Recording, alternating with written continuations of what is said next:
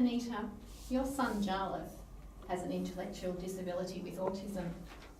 Can you tell us how you navigated his sacramental journey within your local parish community? How did you go about it? Who did you contact? And what were some of your learnings as a mother and a parishioner? Sure, Mary. The first thing we did, so I have 4 children. Jarlath is my second son. Even getting to Mass was a big deal. When he was little, it was really, really hard for us to go to Mass. So we worked out that it was important to our family to go to Mass. So we worked out a system where one of us went inside the church with all the family, and then the other, my husband, or I would take Jarlath out to the playground. He had to walk into the church, then he was allowed to go to the playground, and then eventually we brought him back in at the sign of peace. And then over the years we built that so that he was comfortable with Mass. So then when he started at St Francis Xavier in Montmorency, he was quite familiar with the church already. He knew Father Terry, which was lovely.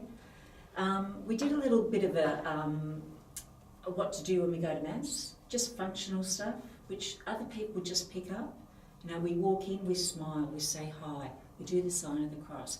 And I had it typed out, and when he got restless, come, point, point, point, just to keep him appropriate in the space. Because sometimes they can get stressed and get uncomfortable, so we would always try and be calm. And we did a few breathing things. When he would get anxious, I'd be going, breathe in, breathe out. And we managed to get through Mass, so that was a big thing for us. So then when he got to grade 3, we looked at the sacraments, and he was at a Catholic school, so he was learning everything already with our beautiful teachers. We were a little bit concerned about reconciliation because it's a hard concept for him. So we went to see Father Terry and had a lovely conversation and said, you know, what do you think? We're a bit worried. Our first thought was for Jarlath and us to write a little note to God about some of the things that weren't too good that he was doing. And so we did. We typed it up, and he was able to read that during his first reconciliation. So he was able to participate with all the other kids.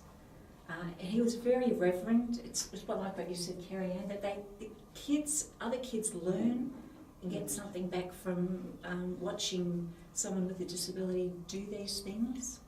And of course, I was very tearful, which, you know, is my job. Then we went on to, later in that year, we had his first Eucharist, and it's probably one of the highlights of my life. It was the most beautiful night.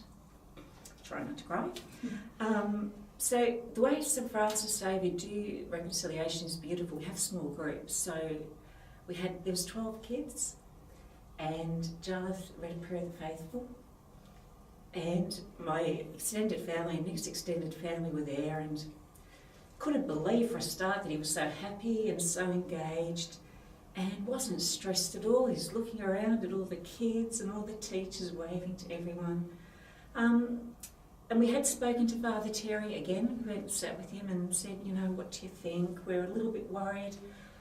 We even talked about the responsibility as parents. Like, does he understand this?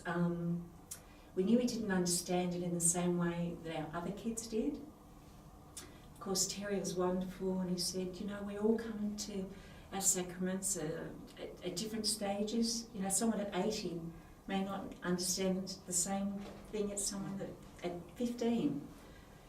He said, we don't know, but God is there. He gives us the opportunities to enter into these sacraments. So he was on our side, and he said to us, if during the Mass Jarlath gets a bit anxious or stressed, it's fine.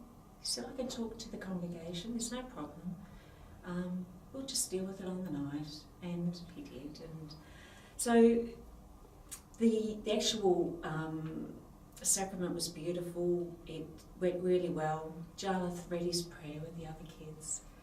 And when we went up for him to receive his Eucharist, the parents go up with their child and stand either side. And he was terrific. He had that had an idea of what was happening.